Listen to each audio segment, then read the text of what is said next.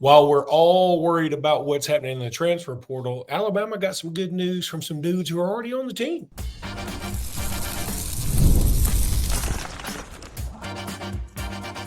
You are Locked On Bama, your daily podcast on the Alabama Crimson Tide, part of the Locked On Podcast Network, your team every day. Hey, everybody. Welcome back into Locked On Bama, AHSA's radio network. Luke Robinson, that's me. Bama Online's Jimmy Stein, that's him. This episode is brought to you by Game Time. I'll tell you about Game Time here in just a little bit. Thank you, everydayers, for being here every day, and thank you, newbies, for being here today. So, Jimmy, Alabama got some great news for some dudes who are already on the team. Now, of course, we got some visitors coming in from the transfer portal, and there's some thoughts on that we'll get to, but I think it's pretty huge that Alabama's Parker Brailsford has already said, hey, I'm going to be back next year. Yeah, it's really big. I think right now, look, there's no announcements in terms of, Parker Brailsford says he's coming back. So that's one we can write down. In terms of what I believe today, and this can change. We're recording this on Friday. We're now going to be in day 2 of football practice for Michigan that's going on as we speak or as we record. They're on the practice field right now. I think the only guys that I think are leaving today, I'm guessing, and again, a guess, this isn't news, this is a guess. Jalen Milroe, I believe he'll be headed to the NFL. I believe Tyler Booker's headed to the NFL. And almost certainly Jihad Campbell. I think those 3 are gone, and I think all the rest will be back. Now, that's not certain. LT Overton has a decision to make. Damani Jackson has a decision to make. Jaden Roberts has a decision to make. Jam Miller, Jeremy Bernard. No one has spoken up and said emphatically, I'm coming back, other than Parker Brailsford. But in terms of a guest today, it might be only those 3. And Luke, a few things. Number one, NIL has changed a lot of this. In the old days, we'd have lost more guys. But NIL allows for a lot of underclassmen to return because they can help their families. They can help themselves. They're not broke college kids. They have some change in their pockets now. So that's one reason more kids stay. Last year was a record low number of juniors turning pro. No doubt that's attributed to NIL. Secondly, Luke, what a tremendous boon it is for next year's team if you only lose 3 juniors. That's a low total for a program like Alabama. You already had a low number of seniors because that's just how rosters work these days. Most of your upperclassmen have portaled out or they're highly significant players. I think it would be a home run for Alabama to, quote, only lose Milroe, Booker, and Campbell. And none of those are certain. None of those have said, hey, I'm leaving. I thought Jalen Milroe's comments yesterday to the media, though, They were telling. I didn't think you had to read between the lines. You didn't have to be a Sherlock Holmes to figure that out. That he's. But we've said all along here. I think me and you have been pretty consistent on Milroe is likely headed to the NFL, and we're basing that, I think, partly on just a general guess and partly on some information that we get privy to.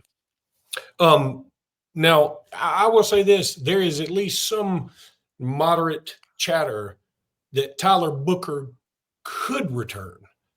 I'm not saying he's going to. In fact, my official prediction is he leaves. I'm just saying it wouldn't be nuts at this point if he returned. Now, I still think he goes. But I'm saying that's not etched in stone. Yeah, and I don't think Jihad Campbell's etched in stone either. I think he's still putting together information in terms of, okay, if I come out, where am I most likely to go? Here's the thing about Booker and Campbell. They both play spots that aren't drafted high. Guards and inside linebackers are notoriously undervalued in the draft. You're lucky to see one interior offensive lineman, 1 or 2 at the most, taken in round 1. Inside linebacker the same way. So it's not like either one are slam dunk first round picks. On the other hand, what I would tell both of those guys, if I'm being honest, is you're still going to be a guard and an inside linebacker in next year's draft too. That's not like the NFL is going to change its mind in 1 year about where guards and inside linebackers are valued. So I would say Booker and Campbell are both valued about as high as they're going to be. So I don't think coming back necessarily enhances their draft stock. though it could.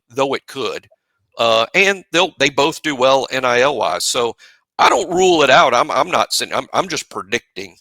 Milroe, I feel a little more certain about that prediction, but based on what Milroe said and based on information we have, I feel more certain about that prediction.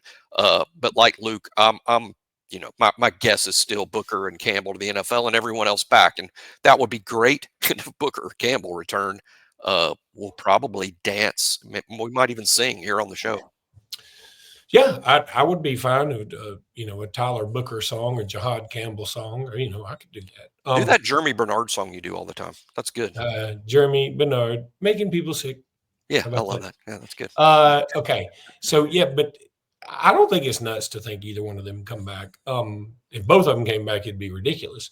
And given the schedule that just came out, we need some ridiculousness. Yeah. The more I look at that schedule, the more daunting I feel it is. There's been some mixed reaction online. I think some people are like, this is pretty manageable. We'll see. I'm thinking that it's not crazy to think some of these guys can, but I'm with you on Milroe. We're going to talk about Milroe in this second segment, because I think the question on Milroe, and again, we'll get into this in the second segment, but somebody brought this up on the BOL message board. Is Jalen Milroe the most divisive player amongst the fans of recent history in Alabama? I tend to think yes, because, and again, I want to address it second segment, so I won't go into it very much. But, one thing, that's the other thing. Milroe has said he's going to play in the bowl game. And there was never a question. Jihad Campbell, I'm going to play in the bowl game. Tyler Booker, play in the bowl game. All these guys, and that's awesome. Great if you ask me. But there's some people who are like, hey, kind of wish Ty Simpson would get those snaps. I mean, I get it. I understand where people are coming from there. Just like, even though Tua was hurt, Mac Jones having all those extra practices probably helped. He ended up being one of the top 5 Heisman finalists the next year. But man, is there nobody out there who thinks, hey, Milroe gets his due here? And he also gets a chance at some level of revenge against Michigan, which the other ironic thing that happened yesterday is Seth McLaughlin winning the Remington Award at Ohio State. And immediately people were like, maybe it wasn't Seth McLaughlin's fault. Maybe Jalen Milroe just didn't catch him right. It's funny how the narratives on Jalen Milroe are just nuts. Either way. We'll have a lot. We can do multiple shows on Jalen because he is. I agree with that person that said, is he the most divisive player? Realize that none of that is Jalen's fault. He's not controversial in the least. He's a super kid. Everybody loves Jalen. He's an A+ dude, an A+ ambassador for Alabama. I think everyone's on board with that, or you're really off the reservation. He's a good representative of the program. Now, I think the divisiveness comes from, is Jalen great? Is he good? Or is he terrible? And that's where the divisiveness comes in, because you have people that swing on both extremes. My buddy Randy Kennedy, who's in the Alabama media, I give him credit every time I bring this up because he's the one that said it, that I stole it from it. And this is so, he said, for whatever reason, Jalen Milroe is a hyperbole beacon. He just draws in hyperbole. If he's good, if it's going well, he's going to be the number 1 pick in the draft. He's going to win the Heisman. He is impossible to defend. And then when it goes bad, he's the worst starting quarterback we've ever had at Alabama, and he needs to be benched immediately because he's terrible.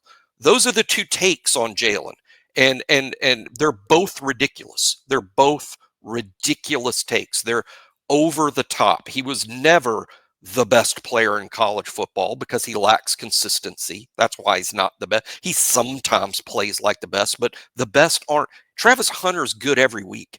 It's not like Travis Hunter shows up, every few games. Milroe's lack of consistency is why he won't be the first pick in the draft or the Heisman Trophy winner, or I would consider Jalen Milroe a great football player. No, he lacked consistency. He wasn't. But those that think he's terrible and think he should be benched and he's awful, That's an equally bad take. He's done way too many great things on the field, including winning games Alabama otherwise wouldn't have won with an average quarterback. He's 20. I think he's 21-5. He's an SEC champion. He beat Georgia twice. The Gravedigger play was, a fantastic throw. He's got school records. Again, I mention this all the time because it needs to be mentioned even more often. He had the most productive day for a quarterback in the history of college football against a top 5 team. If that's not significant, I don't know what is. So those that just think he's terrible are wrong. They're just over exaggerating, over criticizing. Those that think Jalen Milroe deserves Bryce Young and Tua Tagovailoa treatment are also overdoing it. He's not nearly as consistent to this point as those guys are, and there's going to be a lot of questions about him in the draft for that reason. So that's where I stand on Milroe. That's why he's so divisive, because as Randy put it, he's a hyperbole beacon. People get too over the top in praise and way too over the top in the criticism. Talking a little game time. If you're thinking about going to the ReliaQuest Bowl or the bowl in Tampa, the name will change by the time we get there. Then you want to use Game Time to go get your tickets. Use code LOCKEDONCollege for $20 off that first purchase. I'm telling you, it's worth it. And even if you've used it before, I mean, the $20 is great, but it's not that big a deal because the best price is guaranteed out there on Game Time. And I've used it for everything. And the app is so easy to use. Go download the Game Time app. You can get it on any device, or you can just go to the website, gametime.com. I've done that before too. And you can see where you're going to be sitting. You can see the lowest prices. They tell you these great deals, and you can pick the best seats for you. I've got 6 people in my nuclear family. And so I've taken 6 people to events using the Game Time app and saved a ton of money and enjoyed every single moment of it. Go download the Game Time app today. I've used it for World Series and NBA and pro football, college baseball, college basketball, college football, concerts, everything. And you will too. If you go download that Game Time app, I promise you're going to love it. Use code LOCKEDONCollege. So let's get into some Milroe talk here. Is he the most divisive player that you can remember? Look, I hate to do this, and I guess that I just will. I mean, I always get this image of this particular player coming to hunt me down and beat the living heck out of me. But when you and I first became friends way back in the early 2000s on a sort of a private message board on Delphi forums with some other dudes that we're all friends with now, great friends with. And we all came together due to a love of Alabama football, all things Alabama. And when it was around the time, the Dubose, Franchione, Shula era. And when Shula was there, and they had a particular offensive lineman who will remain nameless at this moment, that for me was the most divisive player that I remember for me, because, and I kept telling you, we would have these back and forth about, hey, I blame the player and I blame Sheila. Like, somebody's got to do something different. This is bananas. It's driving me nuts that I felt like this one particular player was costing us games. And I couldn't be any madder about it. And you now, in hindsight, now that I'm older and wiser, I think you were being quite wise in saying, hey, look, if it's not like Shula is saying, I want to lose games. He's trying to put the best player out there, and maybe this guy's the best player. And I kept retorting, I would rather put a sack of cornmeal out there, and at least the player would go, why is there cornmeal out here? And that would hold up the player for a second before he got back there. You could have put a folding chair out there, and maybe put a folding chair and go. Yeah, because the pass rusher could have tripped, got all tangled up in it. He could have tripped, and instead of, I felt like this particular player was propelling people into the quarterback, like he was helping them. I mean, I feel that some of this younger generation, or even some of the older generation, feels that way about Milroe. Like, this team would be, whoever else would be quarterback would at least have as good a record. I don't know that that's true.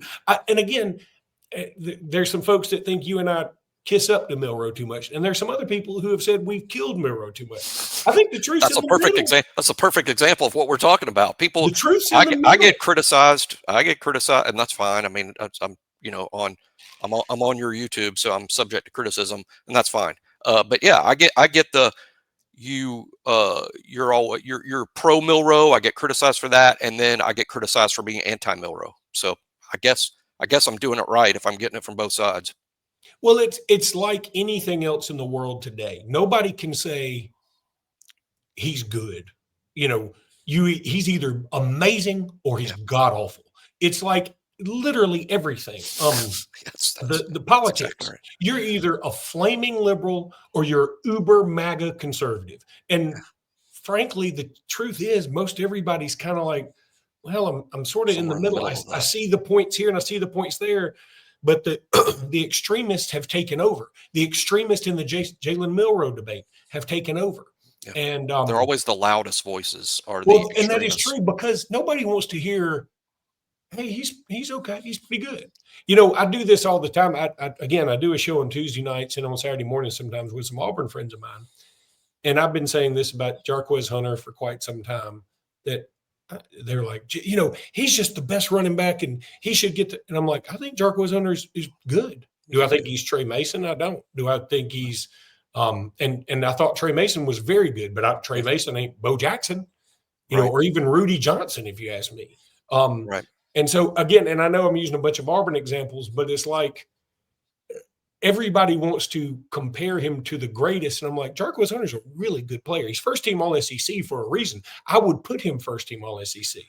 But I saw a thread on an Auburn board one time saying, is Jarquez Hunter the best running back that you can remember at Auburn for the younger generation? I'm like, I'm 52. And if I were 22, I'd say no.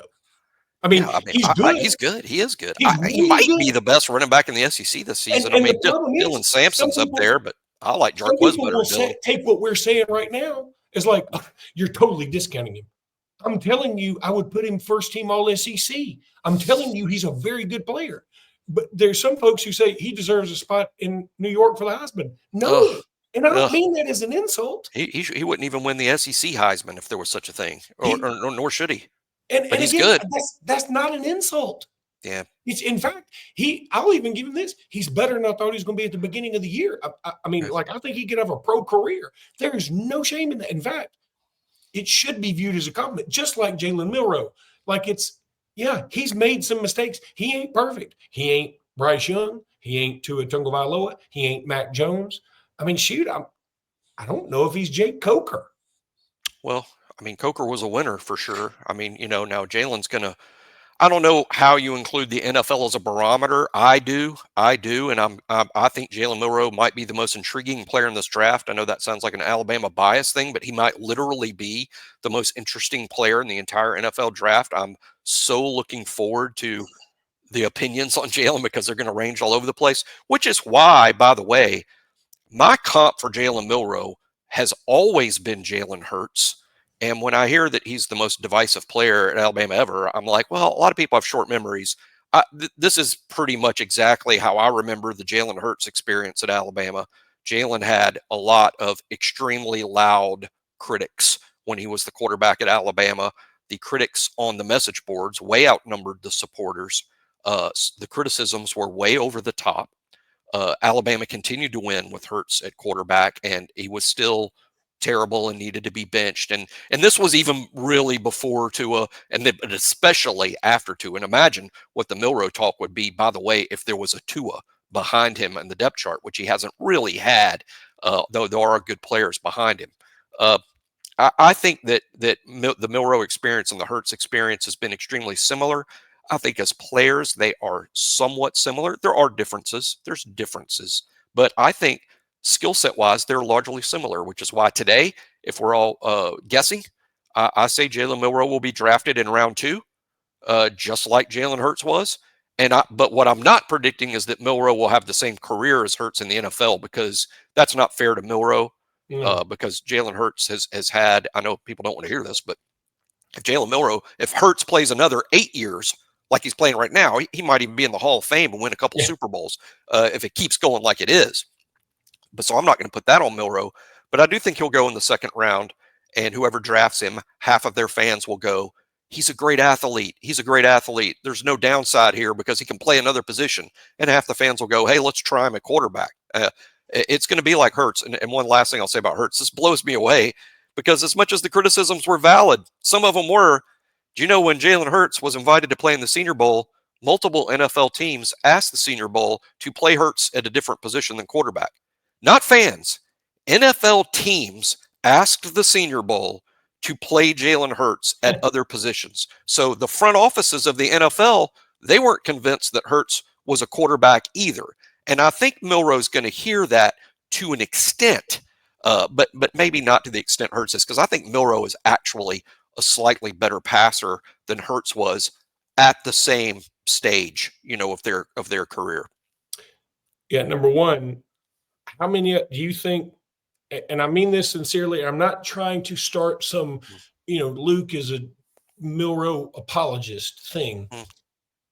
I don't know that Ty Simpson, I'm not sure how many other quarterbacks could have made the gravedigger throw.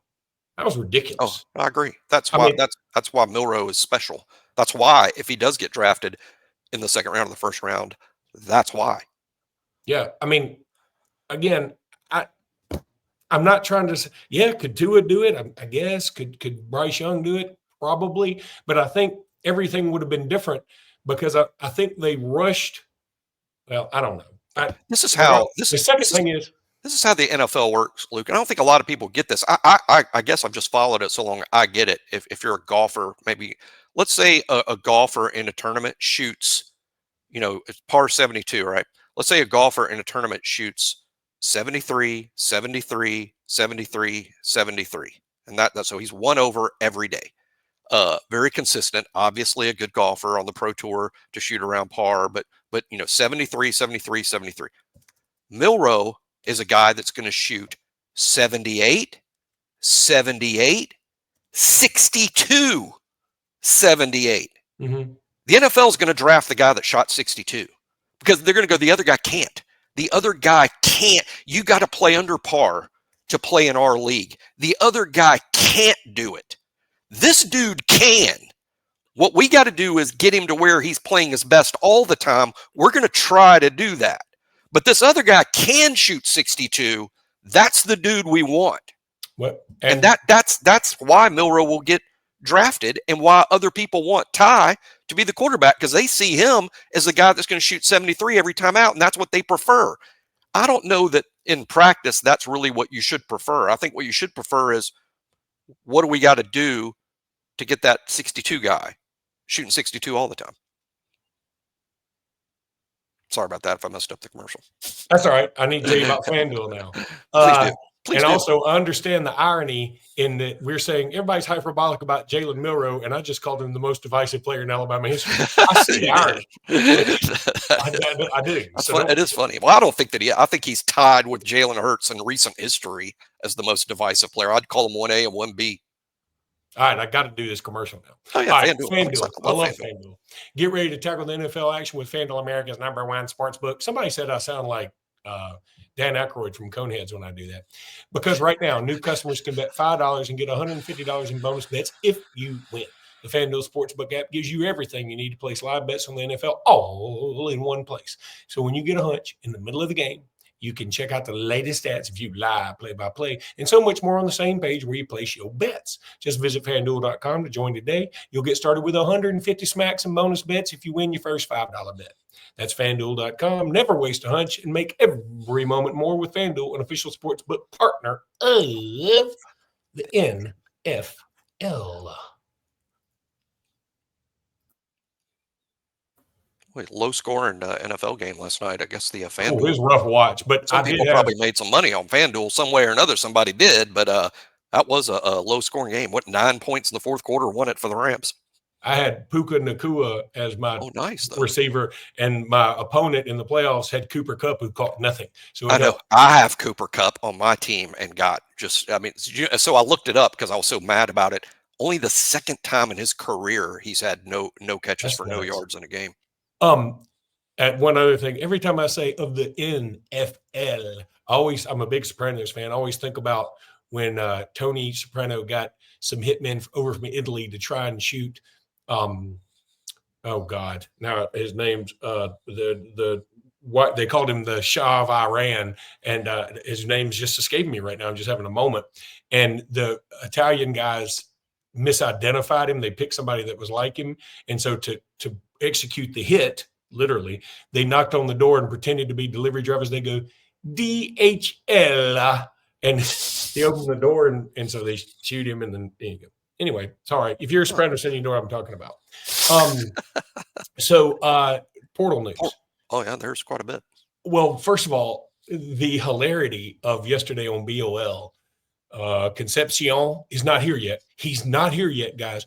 Oh my God, he's not here yet. Holy God, we have no shot. Oh, wait a minute, he's here. It's all good. It was kind of nuts, right? I mean, that was bananas. People get to. I mean, I love it. I love it. I do, because people get so. But gosh, the people, they're so. I don't know. Some people just aren't cut out. But I guess that's what makes it fun, right? The people that overreact to things that aren't even news. But yeah, I think the kid may have been 10 minutes late or something to Tuscaloosa, and that 10 minutes allowed people to fully freak out. But hey, he's going to not be easy to sign because everybody wants him. He's one of the best players in the entire portal at any position, and he's going to be hard to sign. I mean, and we all know why. I mean, NIL is going to make it hard to sign him. Alabama's going to have a very fair offer. It'll be a good offer. I'm sure it's more than what he was doing at NC State. But hey, if this kid, I'll say this all the time, if this kid wants to go to the highest bidder NIL wise, it's almost certainly not going to be Alabama.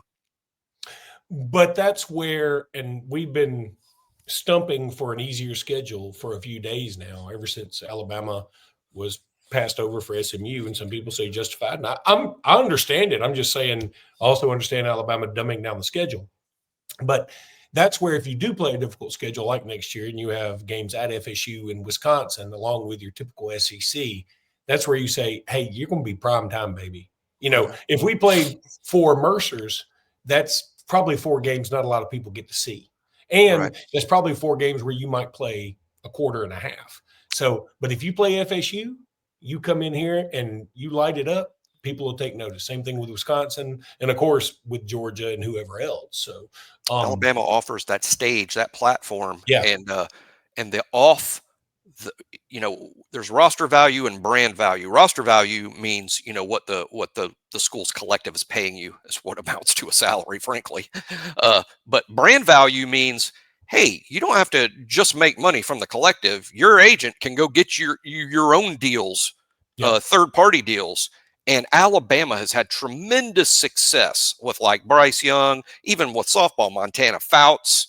Alabama's had tremendous success because of the platform and the stage. So that's the selling point to these guys is, hey, we're giving you this, which is pretty good, but you can really make bank at Alabama if you have the sort of spectacular career we envision for you. Ryan Williams, by the way, is doing really well off the field with his Uber Eats deal and all his other deals. He's got it going on. Really quickly, Patrick Cudis, who is a starting tackle, or a starting offensive lineman. We talked about him yesterday. He has committed to Ole Miss. He went to Ole Miss, took a visit, and he committed to them. And it sounds like it was a mutual. Like Alabama was like, we're cool with that. He would have been sort of cherry on top of some things had we done it. NIL was a factor, and according to Andrew Bone, the proximity to home, which he's from Memphis, and he has a girlfriend at Ole Miss, that also played a factor. And look, I mean, he would have been some gravy. He wouldn't have been like, oh my God, now we're in trouble. Yeah, he's the high school recruiting equivalent of he was a take. Like, oh, we'll take this guy. That doesn't mean he's the highest priority. It doesn't mean we can't function without him. He was a take, and he's choosing Ole Miss for understandable reasons, and Alabama will be just fine. There will be 3 all-star candidates, in my opinion, on Alabama's offensive line next year. Caden Proctor, Jaden Roberts, and Parker Brailsford, I think, will all 3 be all-star candidates for all the awards out there next year. So those are good building blocks. You certainly need 2 more starters. They got to figure out right tackle. It needs to be a new left guard. They'll figure it out, but those are good building blocks. I'm not petrified about the offensive line situation. I think it's fine, but we need to get a little better there. Maybe they'll pick up a guy in the portal. Maybe they won't. I think Alabama will be good either way. Phil Leotardo was who was supposed to be whacked by the 2 Italian guys Tony hired, and it set off a confrontation that the show ended on that note essentially. And it was, boy, The Sopranos is just awesome. I could watch Sopranos. Fade to black. Fade to black. Fade Still, to black. And by the way, David Chase, the creator of the show, did say later on, he admitted, he goes, yeah, Tony was shot. They killed him. I always like to leave it ambiguous, and I hate that James Gandolfini is actually dead. Actually is dead. But because, boy, if they had come up with a Sopranos movie or any kind of anything, I'd have watched that all day, every day. So he was great in Zero Dark 30, the movie Zero Dark 30. Yeah, James Gandolfini, he was the head of the CIA in the movie about the Osama bin Laden killing. And boy, Gandolfini was so good in that minor role in the movie. I was like, we need to make him the head of the CIA for real. Yeah. I mean, he would be real, because forget about it. He looked the part and talked the part, and just, boy, he seemed like a real competent dude. So I hate that he's gone, because we could have used him in that real life role, perhaps. Still not sure what gabagool is, but I'm not sure I'd eat it because I don't eat deli meats. So anyway, what, that the bad guy in Batman Returns that Liam Neeson played him? Gabagool, is that him? I do have a particular set of skills. They all involve deli meats. All right, that's going to do it for today's podcast. We'll be back sometime. Until then, roll tide, everybody. Roll tide.